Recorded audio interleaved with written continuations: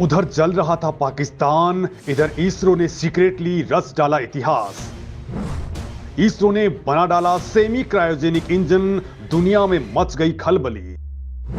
15 घंटे के अंदर 2000 केएन थ्रस्ट वाले इंजन ने दिखा दिए असली जलवे।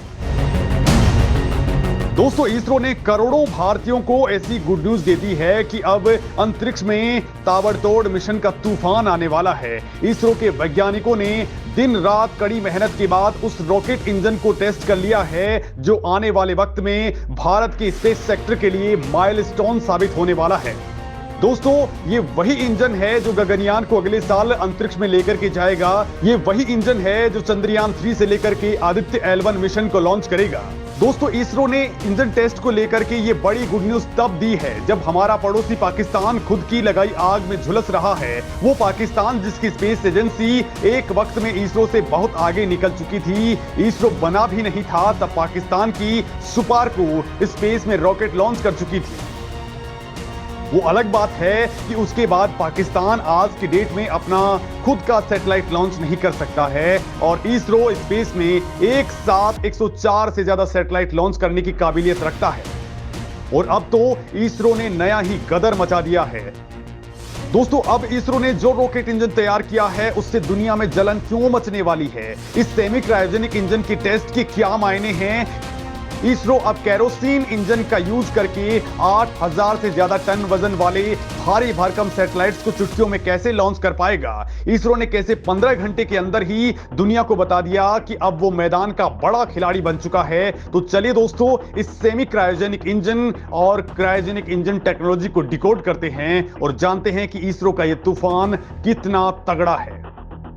दोस्तों, सबसे पहले तो इस इंजन के ताजा अपडेट से आपको रूबरू करवा देता हूं। तो दोस्तों, अभी भारत की स्पेस एजेंसी ने रीयूजेबल लॉन्च व्हीकल की सफलतापूर्वक उड़ान और लैंडिंग के साथ ही स्पेस में सिंगापुर के सैटेलाइट्स को लॉन्च करवा करके दुनिया में अपना डंका बजवाया ही था कि उसके बाद उस रॉकेट पर भी बड़ी गुड न्यूज दे दी, जिसके लिए इसरो की टीम साल 2008 से जी तोड़ मेहनत कर रही थी। इसरो ने जो खबर सुनाई है वो करोड़ों भारतीयों को अब बाग बाग करने वाली है, क्योंकि सबसे भारी भरकम रॉकेट LVM-3 बनाने के बाद इसरो ने ऐसा सेमी क्रायोजेनिक इंजन बना डाला है जिसमें फ्यूल के तौर पर केरोसिन का इस्तेमाल किया जाएगा। दोस्तों, ये बात जितनी सुनने में आसान सी लग रही है उतनी ही ये बहुत ही क्रिटिकल है। अब इसे आप ऐसे समझ सकते हैं कि आज की डेट में क्रायोजेनिक इंजन्स रॉकेट्स के अंदर सबसे ज्यादा यूज हो रहे हैं और ये इतना ज्यादा क्रिटिकल होता है कि इसे केवल अमेरिका, रूस, भारत, चीन और जापान ही बना पाए हैं। इसकी दोस्तों भारत ने साल 2014 में पहले लॉन्चिंग की थी और दोस्तों ये क्रायोजेनिक इंजन था और अब भारत ने जो बनाया है वो है सेमी क्रायोजेनिक इंजन, जो पहले वाले का भी बाप है। ये कैसे अब भारत की उड़ान को बहुत ज्यादा आगे बढ़ा देगा, जरा आप ये भी समझ लीजिए। दोस्तों, सेमी क्रायोजेनिक इंजन में फ्यूल के तौर पर रिफाइंड केरोसिन का इस्तेमाल किया जाता है जो इको फ्रेंडली माना जाता है। ये केरोसिन अभी यूज हो रहे लिक्विड फ्यूल यानी कि लिक्विड ऑक्सीजन और लिक्विड हाइड्रोजन के मिक्सचर से बहुत ज्यादा हल्का होता है। लिक्विड ऑक्सीजन और हाइड्रोजन के फ्यूल को 0 से नीचे यानी -253 डिग्री तापमान पर रखना पड़ता है, लेकिन केरोसिन को सामान्य तापमान पर स्टोर किया जा सकता है।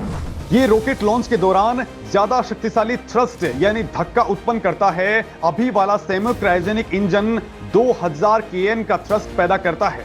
इस इंजन का फ्यूल हल्का होने के कारण रॉकेट के जरिए लॉन्च होने वाले पेलोड की क्षमता 4 टन से बढ़कर के 6 या 8 टन हो जाएगी। केरोसिन कम जगह घेरता है और इस वजह से इंजन में ज्यादा फ्यूल डाला जा सकता है, मतलब ज्यादा देर तक इंजन चल सकता है। केरोसिन से चलने वाले इंजन से लैस रॉकेट के जरिए ज्यादा वजनी सैटेलाइट्स स्पेस में लॉन्च किए जा सकते हैं।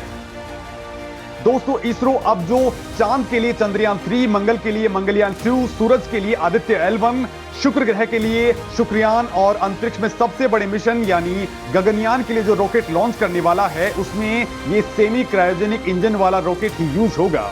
इस सेमी क्रायोजेनिक इंजन के प्रोजेक्ट पर इसरो साल 2008 से लगा हुआ था, जिसमें अब जाकर के बड़ी कामयाबी हाथ लग चुकी है। इसमें 1800 करोड़ से ज्यादा का खर्च आ चुका है, लेकिन अब यह तकनीक स्वदेशी है और बड़ी बात यह है कि इसका थ्रस्ट भी शानदार है। इससे पहले दोस्तों इसरो ने CE-20 क्रायोजेनिक इंजन का सफलतापूर्वक टेस्ट किया था। CE-20 क्रायोजेनिक इंजन भारत के सबसे ताकतवर रॉकेट LVM-3 के लिए बनाया गया है।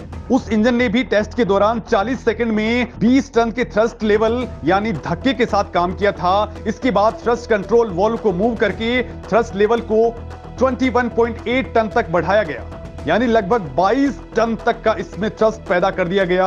सभी मानकों में इंजन कामयाब रहा। अब दोस्तों 21.8 टन थ्रस्ट का मतलब होता है कि ये इंजन रॉकेट के वजन समेत 21.8 टन यानी करीब 22,000 किलो वजन को लिफ्ट कर सकता है। अब दोस्तों आपको बताता हूं कि आखिर ये क्रायोजेनिक इंजन आखिर क्या भला होते हैं। तो दोस्तों आमतौर पर सैटेलाइट लॉन्च करने तक रॉकेट इंजन 3 प्रमुख चरणों से गुजरता है। पहले स्टेज में इंजन में सॉलिड रॉकेट बूस्टर्स का इस्तेमाल होता है।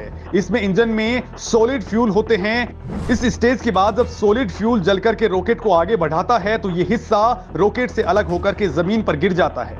दूसरे स्टेज में लिक्विड फ्यूल इंजन का इस्तेमाल होता है। लिक्विड फ्यूल के जलने यानी दूसरी स्टेज पूरी होते ही ये हिस्सा भी रॉकेट से अलग हो जाता है। इसके बाद आती है तीसरी और आखिरी स्टेज यानी क्रायोजेनिक स्टेज, जो स्पेस में काम करती है। इसे क्रायोजेनिक स्टेज कहा जाता है। दोस्तों क्रायो शब्द का मतलब होता है बेहद कम तापमान, यानी ऐसा इंजन जो बेहद कम तापमान पर काम करे उसे क्रायोजेनिक इंजन कहा जाता है। और इस क्रायोजेनिक इंजन में फ्यूल के तौर पर लिक्विड ऑक्सीजन और लिक्विड हाइड्रोजन का ज्यादा इस्तेमाल होता है। इन दोनों गैसों को लिक्विड में कन्वर्ट करके -183 डिग्री से लेकर के 253 डिग्री तक इनको स्टोर किया जाता है।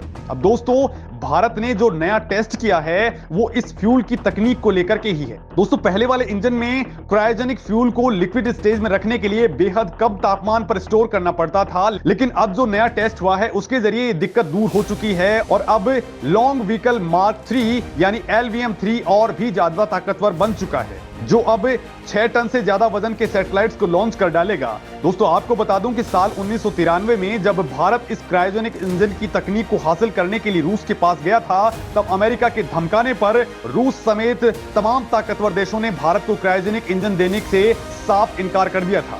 लेकिन दोस्तों इन तमाम देशों के मंसूबों पर पानी फेरते हुए भारत ने कुछ ही सालों के भीतर अपनी खुद की मेहनत के दम पर क्रायोजेनिक इंजन को डेवलप कर डाला और इसके बाद CE-20 क्रायोजेनिक इंजन को विकसित कर लिया है और अब तो इसका बाप यानी सेमी क्रायोजेनिक इंजन भी बनकर के तैयार हो गया है, जिसको लेकर के नासा से लेकर के चीनी स्पेस एजेंसियां भी हैरान परेशान हैं। तो वहीं एलॉन मस्क की भी हवा टाइट होने वाली है, क्योंकि जो काम एलॉन मस्क बहुत बड़ी कीमत पर कर रहे हैं वो काम इसरो बहुत ही कम कीमत पर दुनिया के लिए करके दे देगा। और बड़ी बात तो यह है कि ये पूरी की पूरी तकनीक स्वदेशी है, भारतीय है, लिहाजा ना तो इस पर अमेरिका की दादागिरी चलेगी और ना ही इसमें चीन कोई अड़ंगा लगा पाएगा।